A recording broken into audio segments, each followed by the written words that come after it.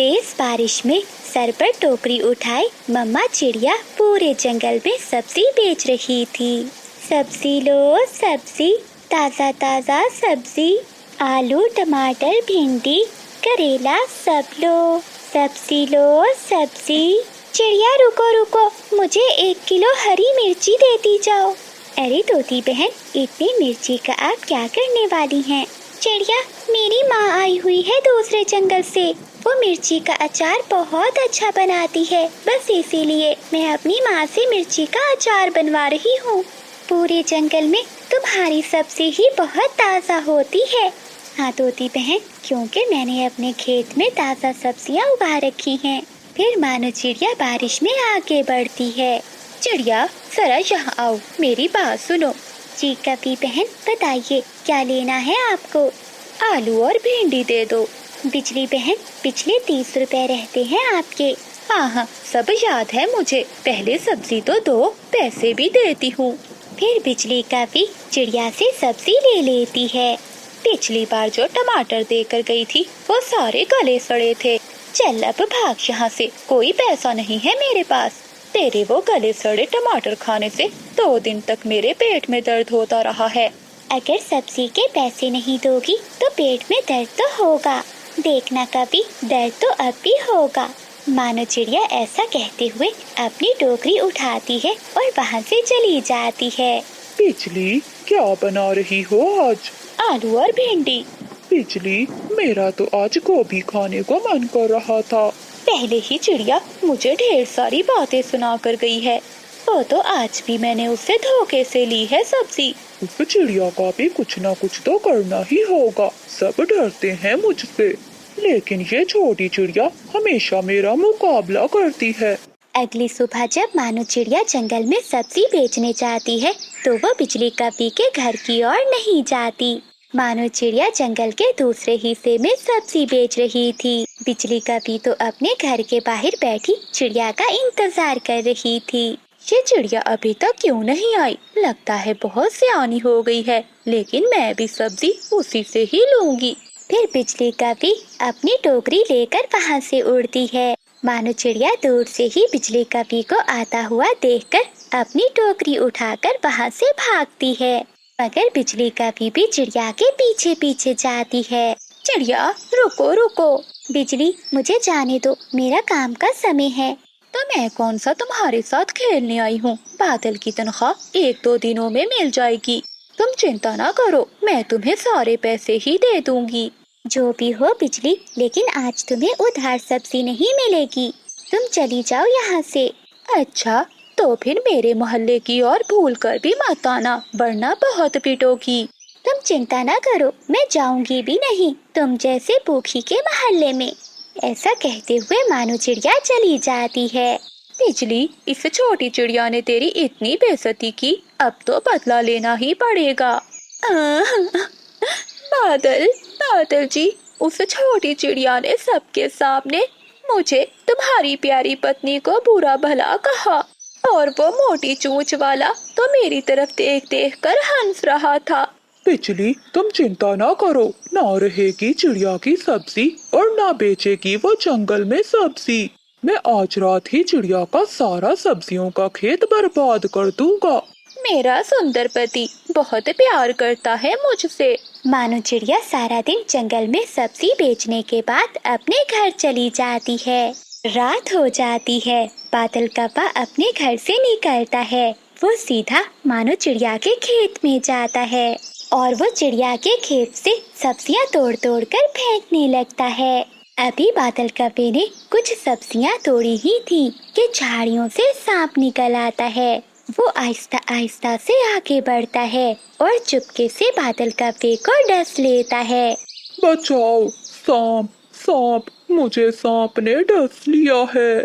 मगर वहाँ तो कोई भी नहीं था जो बादल कप्पे को बचाता। कप्पा गिरता है और वहीं मर जाता है। अगली सुबह हो जाती है। बादल अभी लौट कर नहीं आया, मुझे जाकर देखना होगा। मानो चिड़िया, बंटी कबूतर और तोता सभी कप्पे के पास जमा थे। बेचारे को सांप ने डस लिया और ये मर गया। देखो तो सही, मरा भी चोरी करते हुए। मौत तो अच्छी आ जाती इस कौवे को। दोस्तों, जो जैसा करता है उसे वैसा ही फल मिलता है। तभी बिजली कौवी भी वहाँ आ जाती है और अपने मरे हुए पति को देखकर रोने लगती है। बादल, बादल जी, मुझे छोड़कर ना जाना। मैं तुम्हारे बिना कैसे जीऊंगी। बिजली, ये कुछ सब्जियाँ मरने से पहले बादल ने तोड़ी थी। तुम ये अपने साथ ले जाओ, शायद इन्हें खाने से तुम्हारा पेट भर जाए। ये सुनकर बिजली कौवी बहुत शर्मिंदा होती है, लेकिन बादल कौवा अब कौन सा लौट कर आने वाला था। बिजली कौवी अपने घर में आलू मटर वाले चावल बना रही थी। बबली कबूतरी बिजली कौवी की पड़ोसन थी। बबली कबूतरी का बेटा अपनी माँ से कहता है, मम्मा, बिजली आंटी अपने घर में आलू मटर वाले चावल बना रही हैं। मेरा भी बहुत दिल चाह रहा है खाने को। जाइए, आप आंटी से मुझे आलू मटर वाले चावल ला दीजिए। अरे बबलू बेटा, आपको किसने बताया? मम्मा, मुझे जुगनू ने बताया है। ठीक है बबलू बेटा, तुम घर पर ही बैठो, मैं अभी बिजली से चावल लेकर आती हूँ। बबली कबूतरी अपने घर से निकलती है और बिजली कौवी के घर जाती है। बिजली बहन, मेरा बबलू भी आलू मटर वाले चावल मांग रहा है, मुझे 1 प्लेट चावलों की दे दो। ना ना कबूतरी, मैं तो किसी को 1 चम्मच भी चावल नहीं दूंगी। न जाने कहाँ से आ गई हो मुंह उठाकर। बिजली, तुम भी तो हर दफा मुझसे कुछ न कुछ तो मांगने आती हो। अगर आज मैं चावल लेने आ गई तो क्या हो गया? चल चल निकल मेरे घर से, कहा ना मेरे पास चावल नहीं है। तो ठीक है कभी कभी दोबारा मेरे घर ना आना। फिर बबली कबूतरी वहाँ से चली जाती है। चिड़िया अपने घर के बाहर बैठी हुई थी। बबली कबूतरी चिड़िया के पास जाती है। बहुत बुरी है, बहुत बुरी है ये काली कौवी। क्या हुआ बबली बहन, आप इतने गुस्से में क्यों हैं? वो काली कौवी हर समय मुझसे कुछ न कुछ लेने आ जाती है। आज मेरे बबलू का मन कर रहा था चावल खाने को। जब मैं उससे लेने गई तो उसने मुझे वहाँ से निकाल दिया। बबली बहन, आपको तो पता है उस कौवी का, वो किसी को कुछ नहीं देती। आलू मटर वाले चावल की खुशबू तो फैली हुई है। मेरी मीना भी जिद कर रही थी, इसलिए मैं भी आलू मटर वाले चावल बना रही हूँ। आप बबलू को लेकर यहाँ ही आ जाएं, हम सब मिलकर आलू मटर वाले चावल खाएंगे। मम्मा मम्मा, क्या चावल बन गए हैं? नहीं जुगनू बेटा। बिजली, और कितनी देर लगेगी? बादल, मैं नदी से पानी ले आऊं, फिर हम सब मिलकर आलू मटर वाले चावल खाएंगे। बिजली कौवी नदी से पानी भरने चली जाती है। जुगनू कौवा चुपके से रसोई में जाता है। मैं थोड़े से चावल खा लेता हूँ, मम्मा को नहीं बताऊंगा। ऐसा कहते हुए जुगनू कौवा आलू मटर वाले चावल खाने लगता है। वो पेट भरकर चावल खाने के बाद वहाँ से चला जाता है। बादल कौवे को भी चावल की खुशबू सता रही थी, वो भी रसोई में जाता है। ये चावल तो पककर तैयार है, मैं थोड़े से खा लेता हूँ। जुगनू कौवे के बाद बादल कौवा भी वो आलू मटर वाले चावल खाने लगता है। देखते ही देखते हंडिया तो खाली हो जाती है। बबली कबूतरी भी अपने बेटे बबलू को लेकर चिड़िया के घर आ जाती है। मानो चिड़िया आलू मटर वाले चावल बनाने लगती है। बिजली कौवी नदी से पानी भरकर ला रही थी कि रास्ते में उसे उसकी बहन मिलती है। अरे पिंकी, तुम बिल्कुल ठीक समय पर आई हो, मैंने आलू मटर वाले चावल बनाए हैं, चलो हम सब मिलकर खाएंगे। बिजली कौवी अपनी बहन पिंकी को अपने घर में ले जाती है। बिजली कौवी जब हंडिया लेकर आती है तो वो खाली थी। ये क्या, इसमें तो चावल ही नहीं है, चावल कौन खा गया? जुगनू कौवा और बादल कौवा तो चुप बैठे हुए थे। ये जरूर तुम दोनों का काम है, अब मैं अपनी बहन को क्या दूंगी? दीदी, मुझे तो बहुत भूख लगी हुई है। पिंकी, तुम यहीं बैठो, मैं पड़ोसियों से कुछ लेकर आती हूँ। फिर बिजली कौवी तोते के पास जाती है। तोते भैया, मेरी बहन आई है, मुझे थोड़ा सा भोजन दे दो। भोजन तो मगर कहाँ से, मैं तो खुद चिड़िया के घर से आलू मटर वाले चावल खा कर आ रहा हूँ। तुम भी जाकर चिड़िया के घर से आलू मटर वाले चावल ले लो। क्या, मानो चिड़िया ने आलू मटर वाले चावल बनाए हैं? हाँ, मैं तो पेट भर कर खा कर आया हूँ। फिर बिजली कौवी मानो चिड़िया के घर की ओर जाती है। अरे कबूतरी बहन, तुम भी यहाँ हो? हाँ, चिड़िया तुम्हारी तरह नहीं है, चिड़िया बहन, मेरी बहन आई है, मुझे थोड़े से आलू मटर वाले चावल दे दो। अगर तुम्हारी बहन आई है तो मैं क्या करूं? हम सब आलू मटर वाले चावल खा रहे हैं, हमें तंग मत करो। चिड़िया, मेरे सारे चावल चुगनू और बादल खा गया। तो फिर मैं क्या करूं? हमारा समय बर्बाद ना करो। बबली बहन, मैं तुमसे माफी मांगती हूँ, तुम चिड़िया से कहो मुझे 1 प्लेट आलू मटर वाले चावल दे दे। बिजली, पड़ोसियों को एक दूसरे की मदद पड़ ही जाती है, इसलिए इतना घमंड न किया करो। बिजली कभी सभी से बहुत शर्मिंदा थी, मानो चिड़िया 1 प्लेट बिजली कभी को दे देती है और बिजली कभी खुशी खुशी वहाँ से चली जाती है। प्यारे दोस्तों, इस कहानी को लाइक, अपने दोस्तों के साथ शेयर करना मत भूलिएगा। आपका धन्यवाद। कबूतर, 1 अनार तुम ले जाओ और 1 अनार मैं ले जाता हूँ। ऐसी तेज बारिश में तुम्हें न जाने ये अनार कहाँ से मिल जाते हैं। कबूतर, कल जल्दी आ जाना, हम दोनों भोजन लेने दूसरे जंगल जाएंगे। फिर दोनों दोस्त अपने अपने घरों को चले जाते हैं। तोते के रास्ते में बिजली कभी बैठी हुई थी। अरे, इतनी तेज बारिश में ये पका हुआ लाल लाल अनार ये मोटी चोंच वाला कहाँ से ले आया? बिजली कभी हैरान होकर तोते को आवाज देती है। तोते, तोते भैया, जरा यहाँ आओ, मेरी बात सुनो। फिर चीकू तोता बिजली कभी के पास आता है। तोते भैया, क्या तुमने कभी ये काले बीज खाए हैं? नहीं कभी, मैं तो ये पहली बार देख रहा हूँ। ये बहुत मीठे और रसीले बीज हैं। लो लो तोते भैया, ये बीज तुम अपने घर ले जाओ। फिर तोता बिजली कभी से वो काले बीज ले लेता है। शुक्रिया कभी बहन। इसमें शुक्रिया की क्या बात है तोते भैया, मैं तो रोज ये मीठे और रसीले काले बीज खा खा कर तंग आ गई हूँ। आज मेरा कुछ और खाने को मन है, तुम मुझे अपना ये अनार दे दो। तोता एक पल के लिए चुप हो जाता है और फिर सोचता है, ऐसा करता हूँ, कभी को अनार दे देता हूँ। वैसे भी मैं तो रोज अनार खा खा कर तंग आ चुका हूँ, आज तो ये मैं रसीले बीज ही खाऊंगा। ऐसा कहते हुए तोता अपना अनार बिजली कभी को दे देता है। अच्छा, अब मैं चलती हूँ। तोते भैया, आप भी ये काले रसीले बीज लेकर चले जाओ, इससे पहले कि कोई पक्षी आपसे ये मजेदार रसीले बीज ना छीन ले।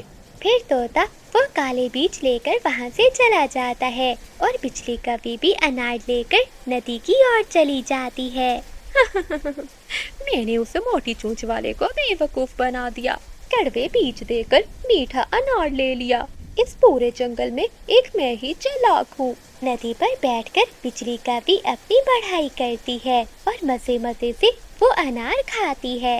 अरे, ये बीज तो बहुत ज्यादा है, मैं ऐसा करता हूँ, अपनी पड़ोसन चिड़िया को भी दे देता हूँ। फिर तोता वो बीज लेकर चिड़िया के पास जाता है। अरे चीकू भैया, ये काले बीज आप कहाँ से ले आए हैं? क्यों चिड़िया, क्या हुआ? क्या ये खाने लायक नहीं है? तोते भैया, ये बीज तो काले बीज हैं, ये बहुत कड़वे होते हैं और जहरीले भी, आप फेंक दो इन्हें बाहर। इसका मतलब चिड़िया बहन, उस काली कवि ने मुझे उल्लू बनाया और मुझसे मीठा अनार छीन लिया। कोई बात नहीं, मैं भी उससे बदला लेकर ही रहूंगा। दूसरे दिन तोते का दोस्त जब कबूतर आता है तो वो उसे सारी बात बताता है। कबूतर यार, मुझे तो चिड़िया ने बताया कि वो बीज जहरीले हैं। तोते, मैं तो सोच रहा हूँ कि अगर तुम वो काले बीज खा लेते तो क्या होता। उस काली कवि को भला मेरी क्या चिंता थी, उसे तो बस मेरा लाल पका हुआ अनार चाहिए था। कबूतर यार, मेरे पास एक प्लान है। फिर तोता कबूतर को अपना प्लान बताता है और वो दोनों भोजन लेने चले जाते हैं। कल तो तोते से अनार छीन कर खा लिया था, आज कहाँ जाऊँ? हाँ, चिड़िया के पास जाती हूँ। फिर बिजली कभी मानो चिड़िया के पास जाती है। चिड़िया, चिड़िया बहन, मुझे अपना आधा आम दे दो। चलो चलो भागो यहाँ से, मैं अपना आम किसी को नहीं दूंगी। अच्छा, अगर आम नहीं देना तो ना दो, इतनी बातें तो ना सुनाओ छोटी चिड़िया। तुम होगी गंदी काली कवि, मानो चिड़िया ऐसा कहते हुए अपना आम उठाती है और वहाँ से भाग जाती है। तोता लाल मिर्ची को पानी में अच्छे से मिलाता है और कबूतर से कहता है, कबूतर, मैं चाहता हूँ और बिजली कवि को तुम्हारे पास लेकर आता हूँ और तुम उसे ये लाल मिर्ची वाला गिलास दे देना। हाँ तोते, लेकिन ध्यान से, बिजली कभी को शक न हो। फिर तोता वहाँ से उड़ता है और वो बिजली कवि को ढूंढ लेता है। अरे बिजली बहन, मैं कब से आपको ढूंढ रहा हूँ। अच्छा, क्या तोते भैया आज फिर तुम मेरे लिए मीठा अनार लाए हो? नहीं नहीं बिजली बहन, आज तो हम दोनों बहन भाई मीठा अनार का शरबत पियेंगे। क्या, लाल लाल अनार का शरबत? लेकिन वो कहाँ से? तुम चिंता क्यों करती हो, चलो मेरे साथ चलो। फिर बिजली कवि तोते के साथ उड़ती है।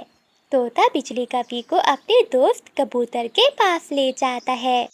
कबूतर यार, एक गिलास अनार का मुझे दो और एक मेरी बहन को। हाँ हाँ जरूर, मैं आपकी बहन को ऐसा अनार का शरबत दूंगा कि हमेशा याद रखेगी। फिर कबूतर एक गिलास में अनार का शरबत डालकर तोते को दे देता है और लाल मिर्ची वाला गिलास बिजली कवि को दे देता है। तोता अनार का जूस पीता है और बिजली कवि से कहता है, बिजली बहन, बहुत स्वादिष्ट है ये अनार का जूस, तुम भी जल्दी से एक ही सांस में पी लो। तोते भैया तुम बहुत अच्छे हो, मेरा कितना ख्याल रखते हो। ऐसा कहते हुए बिजली कवि उस लाल मिर्ची वाले शरबत को एक दफा ही पूरा पी जाती है। मर गई, हाय मैं मर गई। पानी, पानी, ये तो लाल मिर्ची वाला पानी था। बचाओ, बचाओ। तोता और कबूतर तो हंसे जा रहे थे। कैसा लगा बिजली बहन ये अनार का शरबत? अब किसी पक्षी को उल्लू ना बनाना। बिजली कवि उड़ती हुई जा रही थी कि उसे रास्ते में कबूतर बैठा दिखाई देता है। वो तुरंत कबूतर के पास जाती है। कबूतर भैया, तुम यहाँ मजे से बैठे दाना खा रहे हो और वहाँ तुम्हारे बेटे किक्की को चील उठा कर ले गई है। बिजली, सच बताओ। भला मुझे क्या जरूरत है झूठ बोलने की। बंटी कबूतर अपना दाना वहीं छोड़कर जल्दी से अपने घर की ओर भागता है। शरारत करना कोई मुझसे सीखे, झूठ बोलकर मुफ्त का दाना मिल गया है। कैसे बेवकूफ बनाया इस गंदी आंखों वाले को। किकी बेटा, आप ठीक तो हो ना? हाँ बाबा, मैं तो ठीक हूँ। मैं तो घर के बाहर बैठा आपका इंतजार कर रहा था। उस दुष्ट कपी ने तो मेरी जान ही निकाल दी। उसने मुझसे कहा कि मेरे बेटे किक्की को चील उठा कर ले गई है। बाबा आप शांत हो जाएं, ऐसा कुछ भी नहीं है। जरूर कभी आंटी ने मजाक किया होगा। आज तो बहुत भूख लग रही है, चलो चलकर देखती हूँ, कोई शिकार मिल ही जाएगा। ऐसा सोचकर बिजली कवि अपने घर से निकलती है। वो उड़ती हुई जा रही थी कि उसे एक पेड़ के नीचे चिड़िया बैठी दिखाई देती है। चिड़िया पेड़ के नीचे बैठी मीठा फल खा रही थी। चिड़िया बहन, किसी ने तुम्हारे घर को आग लगा दी है। क्या बिजली, ये तुम क्या कह रही हो? मैंने तो अपना घर कल ही बहुत मेहनत से बनाया था। किसने जला दिया मेरा घर? चिड़िया जल्दी से अपने घर की ओर भागती है। वो उड़ते उड़ते एक पेड़ से टकराकर नीचे गिर जाती है, लेकिन वो फिर से उड़ती है और अपने घर की ओर भागती है। मीठा फल बस बिजली ही खा सकती है, क्योंकि मैं हूँ जंगल की सबसे अक्लमंद और चालाक कवि। बिजली कवि चिड़िया का मीठा फल खाती है और वहाँ से चली जाती है। अरे ये क्या, मेरा घर तो ठीक है, लेकिन बिजली ने मुझसे झूठ क्यों बोला? चिड़िया ऐसे बैठी हुई थी कि तभी वहाँ कबूतर आ जाता है। अरे चिड़िया बहन, क्या हुआ? तुम्हारा ये पंख कैसे घायल हो गया? क्या बताऊँ कबूतर भैया, मैं तो पेड़ के नीचे बैठी मीठा फल खा रही थी। तभी उस दुष्ट कवि ने मुझसे कहा कि मेरा घर जल गया है, तो जल्दी में आते आते मैं एक पेड़ से टकरा गई। ऐसा ही मजाक उस काली कपी ने मेरे साथ भी किया था। हम छोड़ेंगे नहीं उसे, हम बदला लेंगे। नहीं कबूतर भैया, लड़ने की कोई जरूरत नहीं है। हम बिजली कपी को भी उसी की तरह उल्लू बनाएंगे और चीलती से पिटाई करवाएंगे। फिर चिड़िया अपनी सारी योजना कबूतर को बताती है। शाम के बाद चिड़िया कपी के घर के पास जाती है और उसके घर के बाहर बैठकर गुलाब जामुन खाने लगती है।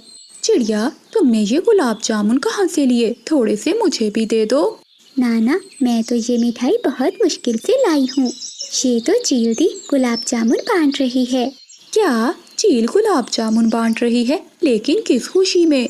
बिजली, बात तो दुख की है, लेकिन जमाने के भी उल्टे रिवाज हैं। चील की माँ मर गई और चीलों में ये रस्म रिवाज है कि उनकी माँ के मरने पर पक्षियों में गुलाब जामुन बांटते हैं। मैं भी गुलाब जामुन लूंगी, मैं भी चील से गुलाब जामुन लूंगी। हाँ हाँ कवि, मैं तो कहती हूँ कि बादल को भी साथ ले जाओ, वो भी चीलती से मिठाई लेकर खा लेगा। फिर बिजली कवि जल्दी से अंदर जाती है और वो अपने पति को उठाती है। उठो बादल जी, जल्दी से मेरे साथ चलो, आज मैं तुम्हें जी भर कर गुलाब जामुन खिलाऊंगी। गुलाब जामुन का सुनकर बादल का भी उठ जाता है। बिजली, कहाँ से गुलाब जामुन खिलाओगी मुझे? बादल, मेरे साथ चलो, बाकी की बात मैं तुम्हें बाद में बताऊंगी। दोनों पति पत्नी चील के घर पहुंच जाती हैं। चील हंडिया बना रही थी। कभी वहां जाकर झूठ मूठ कर रोने लगती है। चील दी, बहुत खुशी हुई, बहुत खुशी हुई जो आपकी माँ मर गई। अब इसी माँ के मरने की खुशी में मुझे भी गुलाब जामुन दे दो और मेरे पति जी को भी दे दो। ये सुनकर चील हैरान हो जाती है। काफी, तेरा दिमाग तो ठीक है ना? चील दी, जितने गुलाब जामुन तुमने चिड़िया को दिए हैं उससे ज्यादा ही लूंगी मैं, और मेरे पति को भी 3 गुलाब जामुन देना। अच्छा, तुम यहीं बैठो, मैं अभी तुम्हें देती हूँ। चील दूसरी तरफ से एक डंडा उठाती है। फिर चील उस लाठी से उन दोनों को मारती है। चील दी, अगर गुलाब जामुन नहीं देने तो ना दो, लेकिन हमें मारो तो ना। कमबख्त काफी, मेरी माँ बिल्कुल ठीक है, किसी ने तुमसे मजाक किया है। किसी तरह वो दोनों काफी अपनी जान बचाकर वहाँ से भागते हैं। बिजली बहन, कैसी लगी चील की मिठाई? स्वादिष्ट थी चिड़िया बहन, बहुत स्वादिष्ट थी। फिर चिड़िया और कबूतर हंसने लग जाते हैं और वो पति पत्नी काई काई करते हुए वहाँ से भाग जाते हैं। देखना कबूतर भैया, अब ये काफी किसी से भी मजाक नहीं करेगी, बहुत होशियार समझती थी अपने आप को। फिर चिड़िया और कबूतर भी अपने अपने घरों को चले जाते हैं। चीकू तोता आज ही उस जंगल में नया नया आया था। वो बहुत मेहनती था। वो एक पेड़ पर अपना घर बना रहा था। घर बनाने की आवाज सुनकर बादल कौवा वहाँ आता है। अरे ये क्या तुमने टिक टिक लगा रखी है? कौन हो तुम? मेरा नाम चीकू है और तुम देख नहीं रहे मैं अपना प्यारा सा घर बना रहा हूँ। रुक जाओ, अभी रुक जाओ, इस जंगल में मेरी आज्ञा के बगैर कोई भी अपना घर नहीं बना सकता। ये जंगल का इलाका मेरा है, मैं तुम्हें इस जंगल में अपना घर बनाने की अनुमति नहीं दूंगा। अरे कफे, ये तुम क्या कह रहे हो? जंगल किसी की जागीर नहीं होता। इस जंगल में सभी पक्षियों को रहने का बराबर हक है। फिर तुम मुझे क्यों रोक रहे हो? अच्छा, तो मोटी चोंच वाले देखते हैं कि तुम इस घर में कैसे रहते हो। मैं तुम्हें अपनी बेइज्जती का मजा जरूर चखा कर रहूंगा। ऐसा कहते हुए बादल कौवा वहाँ से चला जाता है और गुस्से की आग में जलने लगता है।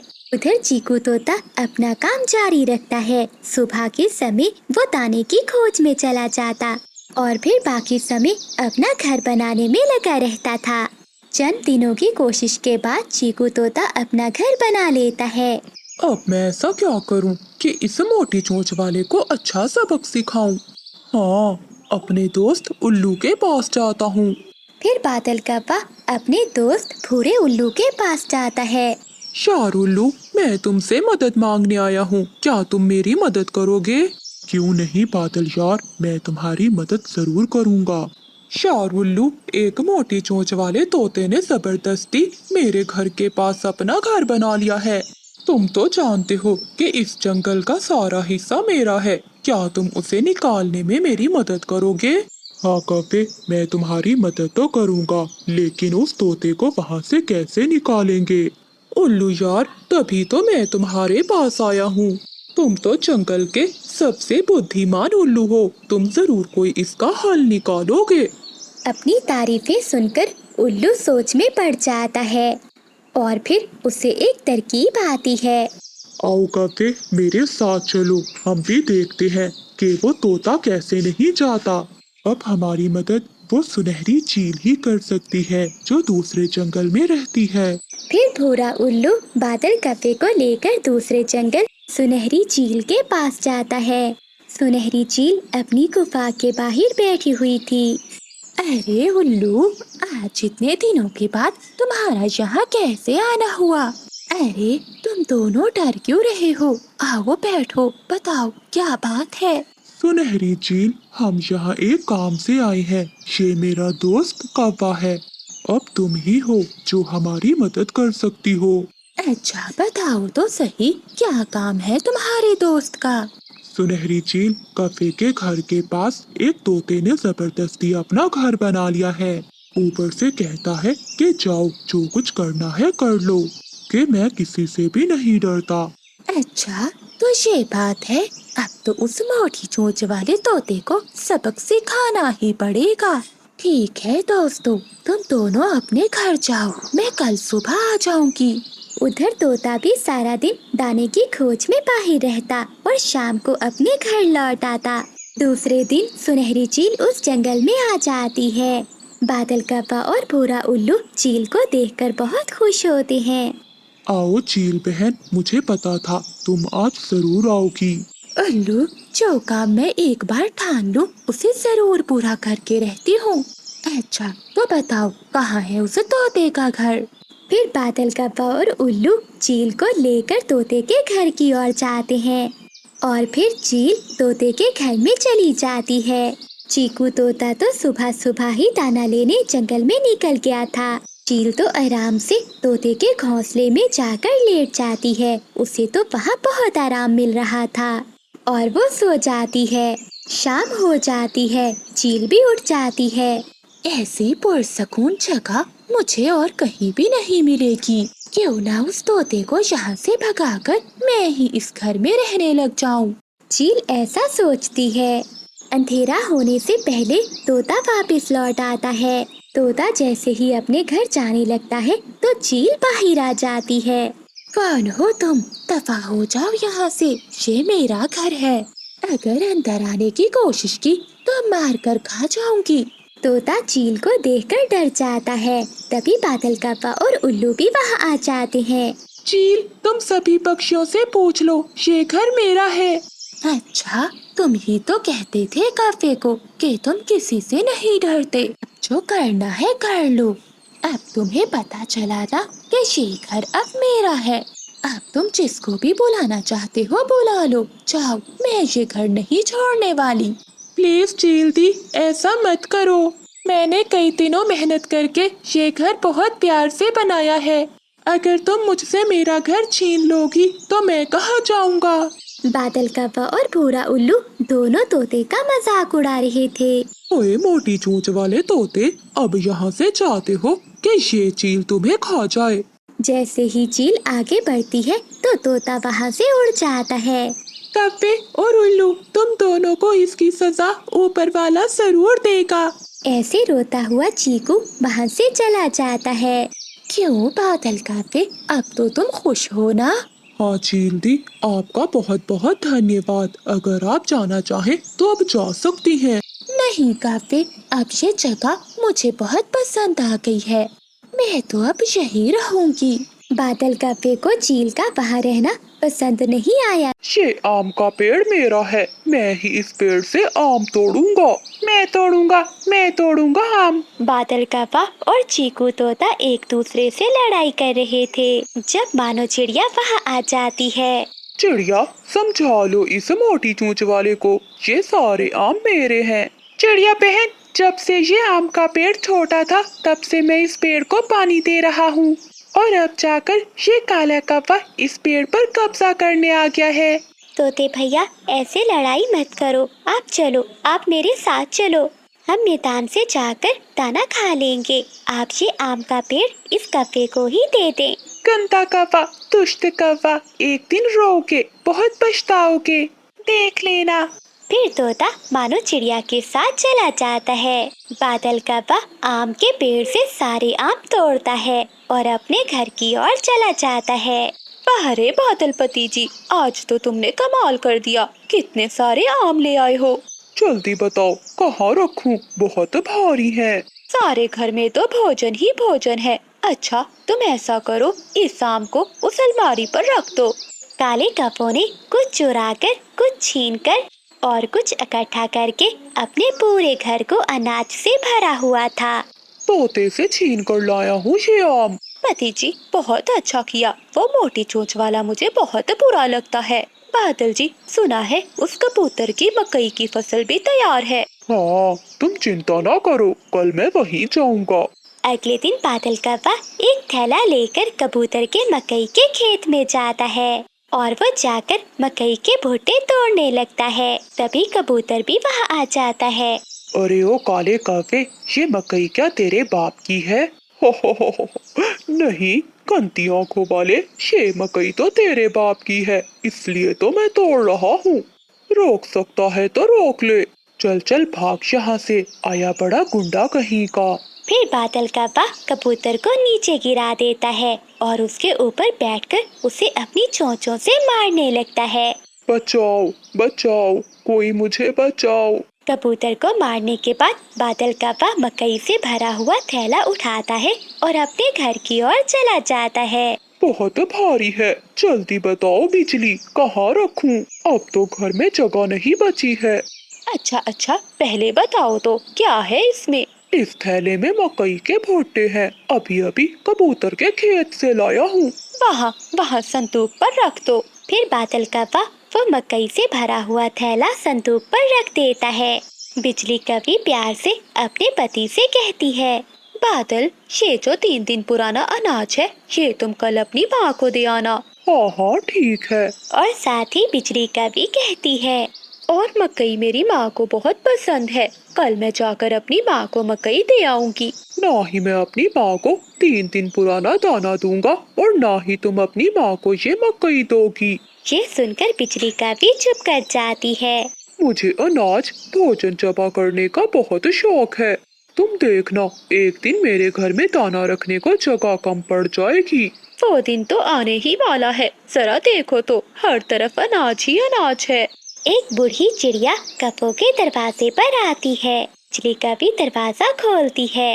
कभी बेटी, मैं बहुत भूखी हूँ, मुझे खाने के लिए एक दाना दे दो।